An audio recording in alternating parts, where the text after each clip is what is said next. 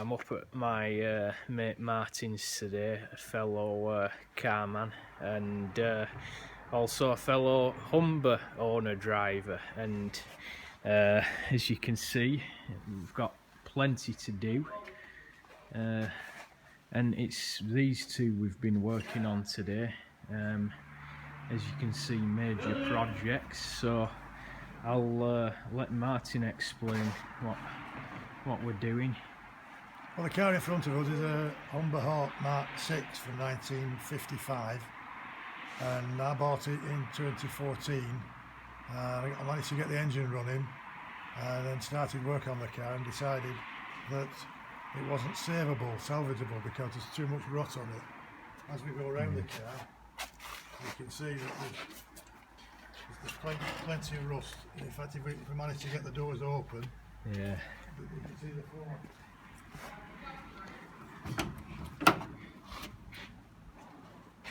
Yeah, and the Mark VI, it was the last of the line, wasn't it, of these old battleship hawks? It was. They did a 6A, which was basically the same car, but with trim on the door cappings, and they had it was like a vinyl, like a vinyl covering the sticky back plastic, yeah, across the dashboard. Run out model. And that was like a run out model, yeah. And that had all the things that, not all the things, but most of the things that were extras. Yeah, run out model to shift them. But none of them had windscreen washers. No, which is surprising, really. Yeah, they had wipers, but they didn't have washers. Yeah. So the difference between them, of course, as you will see in a moment, is essentially styling. I mean, they've all got a hefty chassis on these, which the series one's over there, and same as my Super Snipe, they're monocoque. But these older battleship style cars were, very hefty, separate chassis job. And I mean, as we've been stripping them down and working on them, we've been impressed. Jacking point there. That's the jacking point.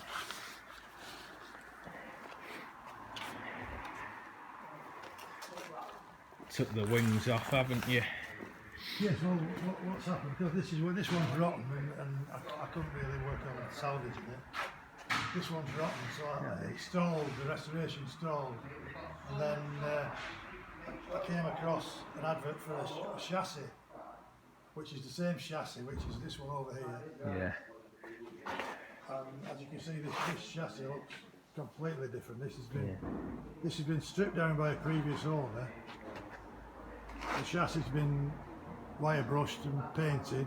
Yeah. The front brakes have been changed to disc brakes as against drum brakes. Yeah, they have. And they have. Telescopic shock absorbers on them. Yep, yeah, they have. And it had a V8 engine, didn't it? An auto box. Yes, long before when I got this, the logbook for it still had this car still had an MOT for about 3 months with a V8, yeah. 5.7 litre American V8, I would imagine, engine on the D. In fact, the logbook's still got that on, but I haven't changed it yet. But what I'm going to do is, over here, I've got an engine out of a Series 4, which is this shape of Humber Hawk. Yeah. Well, that appeared on YouTube in the past. I think we did cover that briefly. I scrapped that one completely. Scrapped it, so yeah. This is the engine out of it, which I've rebuilt, and I'm just going to finish building it up. Yeah. And then, as you can see, I've done lots of work on it. Yeah. It just needs finishing off, and I've got a Recon cylinder head to go on it. Yeah.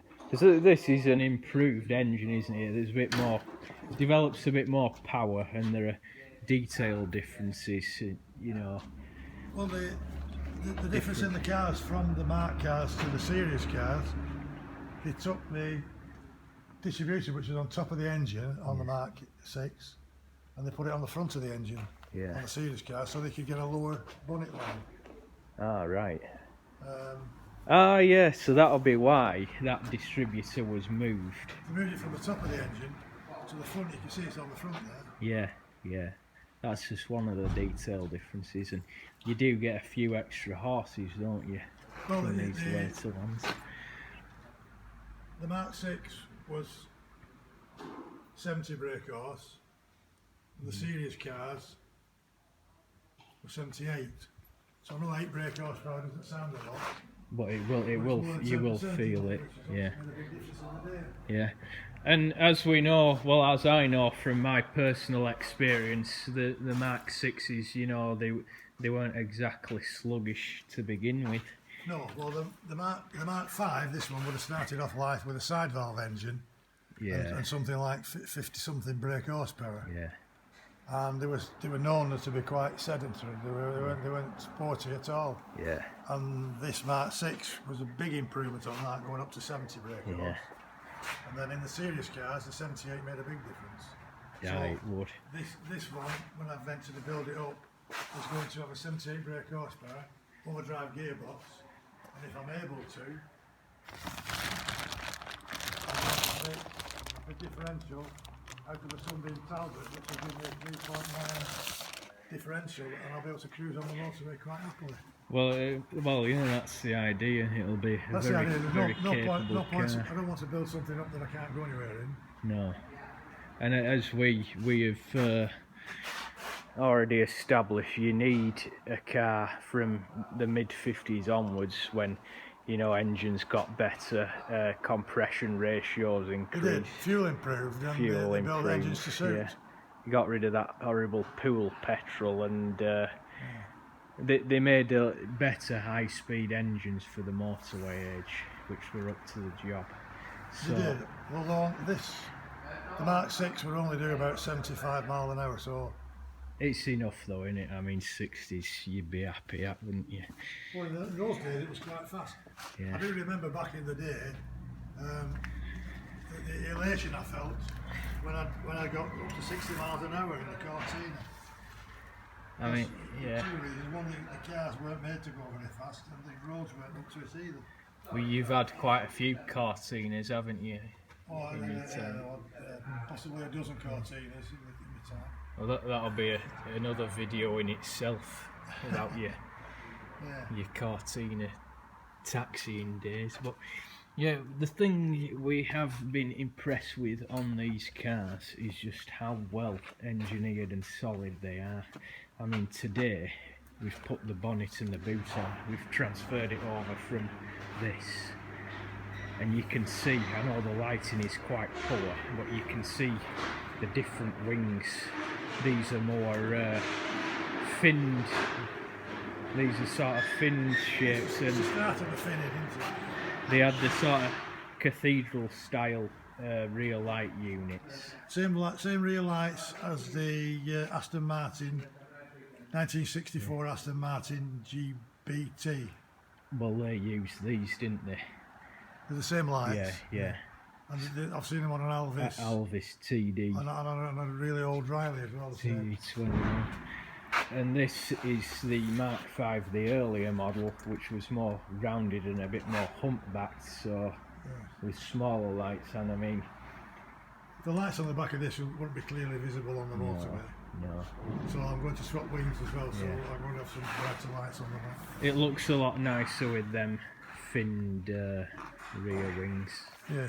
You can see the line there, the wing line, a lot better. Yeah, and this has still got masking tape on, so it's not been very far since it was painted. There's still masking tape on here. So it has, yeah. I think the chassis is bent because the floor in the boot's raised as if it's been creased, so if it's been hit sideways. It's had a But you can see on the amount of rust that's here. It's corrosion, smells shot. Oh, it's in every seam. Everywhere you go, you can put your fingers through. Yeah, I mean, it's pretty poor. And but at least, you know, you're making one good car out of two that otherwise would have both had uncertain futures. Well, three really, if you include the Series 4 that I'm getting the engine out of. Yeah, good point. Because that again was in this condition, it was all rusty. No way, even if you could have got the panels, you wouldn't have wanted to try doing it. No, but I mean, you got a really meaty, hefty chassis on these. Great for towing, weren't they? Oh. Yeah, well, they're well known to because the torque on the engine is 125 whatever, did you foot-pounds talk, did you? Pound-foot, Pounds foot. pounds or something. It's 125 and the brake horse is 178. Yeah. Sorry, it's 78. 78, Not 178. 178 would be nice. Yeah. But these are, because they're a long stroke engine, Yeah. they pull very well. Good sloggers.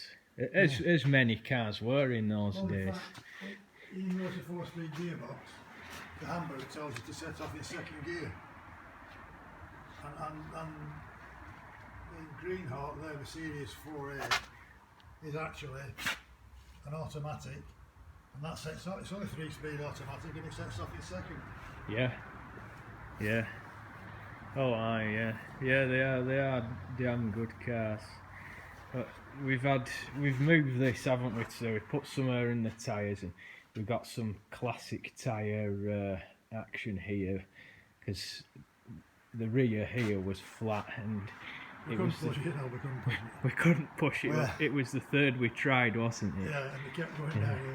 Yeah. Some of them were alright until you started blowing them up. Yeah, but that I couldn't see a name on it, but it's an absolute corker, you know. Somebody has really got the money's worth out of that. It's as bald as a boot. Well, there's a worse one over there, isn't there? There's a worse one, yeah. That was one of the good ones. We'll have a look at them as well, but you know, for these old tyres, I mean, I love them, but then I'm a weirdo. But these tread patterns, you just can't get stuff like this anymore. You know, it really was quality rubber. I think that's a Goodyear, that one. We've got quite a mixture, haven't we, on here, tyres. Yeah, well, it just came with what whoever sold me the chassis thought was rubbish, and you were happy for it to go with the chassis. Got a Semperit there. I think they were the French Semperit. No, Favorit, sorry. Czechoslovakian, I think. I had them on my scrap Moggy Miner. Again, worn right down to the plies. I'll save the best till last, because this is a humdinger. Is this one of the most iconic tyres ever made? A Firestone Town and Country. Look at that, gum dipped, and the size is it's a tubeless, and a 640/15, I think. Humber Hawk size, yeah. 640/15, 5 stud wheels, but look at that. I've got a set of those for the Moggy, the rear wheels, which I'm saving to put on. But yeah, we've got plenty of classic tyres, so in the future that'll be another video, because there's some real beauties here.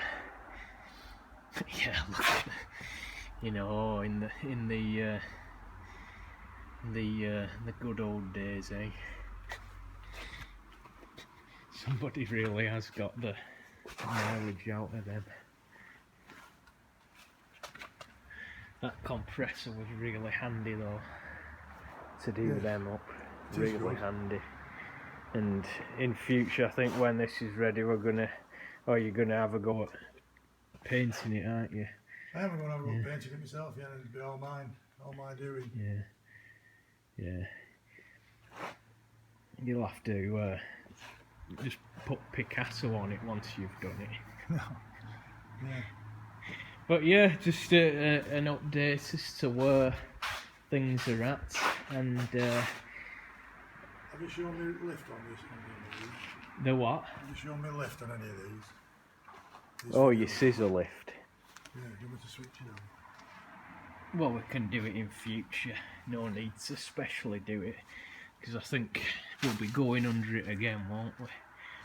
At some point. Yeah, but I'll be sending it up before I go home, so I can get out of car easy. Right, well yeah, send it up then.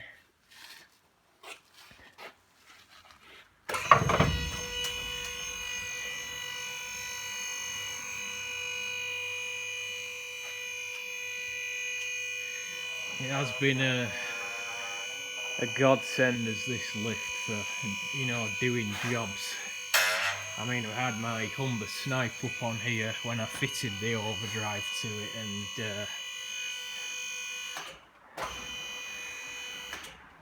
it was great. Looks like there were 2 silencers at one time. Yeah, there's that middle box and then one here at the back. Yeah. Oh yeah, my classic exhaust. But yeah, the chassis is It's like a bridge, isn't it? yeah, dead impressive. Dead impressive. Exhaust is actually very neatly We're going to struggle concealed fitting one in there. Yeah, we're going to struggle. My classic exhaust. That's the overdrive there. Funny, I always thought on these Humbers, the Hawk engines, they had a really funny shape of sump. Because if you can see that, it's like a small square. Like a biscuit box. Like a biscuit box, you know.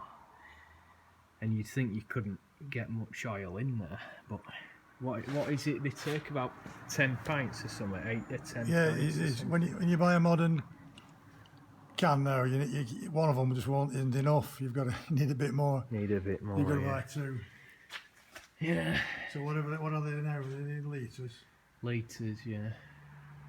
Yeah, but you did get coil spring independent front suspension, and I mean easy ride, and there's not much difference in the suspension between these Mark cars and the later ones. You know, semi-elliptic leaves at the back. Only difference is these have the old lever arm dampers, and the later ones have the vastly improved telescopic dampers, shock absorbers, because they're not much good then, really. Prone to leakage. Yeah, back in 2014 I bought a new Link. I managed to find one of these on eBay. Drop link. That's not it. It's in my stock of spares over there. Yeah. I bought a new one and I'm not going to use it now because I'm going to put telescopic ones on that. Yeah. Yeah. Well, we've both got plenty to do, but we will be cracking on this year, won't we? Me with my standard Vanguard, and you with your what we're calling it, the Mark VII, aren't you? Yes, we're going to call it the Mark VII, and everybody will say that they never made one. Yeah. And I'll say, well, they did, and it was me, and it's here. Yeah. So yeah, it'll be a very interesting and unique car once it's done. But the idea is to have something that you can drive anywhere, anytime, any season of the year, and just use when you want. Yes, it's something that I won't be saying, oh, I can't take that because. Yeah. It'll be because, yes, I'm going to take it because it'll do the job. So that's what I'm building up.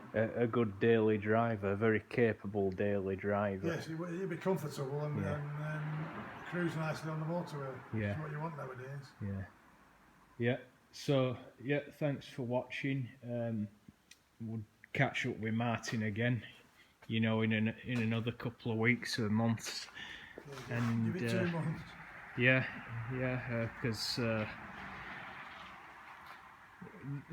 we're thinking this will be the year, won't it, when we really get stuck into things.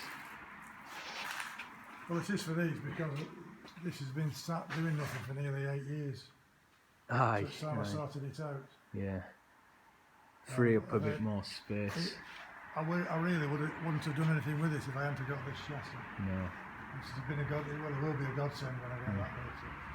Well, yeah, when you strips that and it's out the way, you'll have space for another project. Yes, I'll buy another something car. else. Don't tell me why. Yeah, no.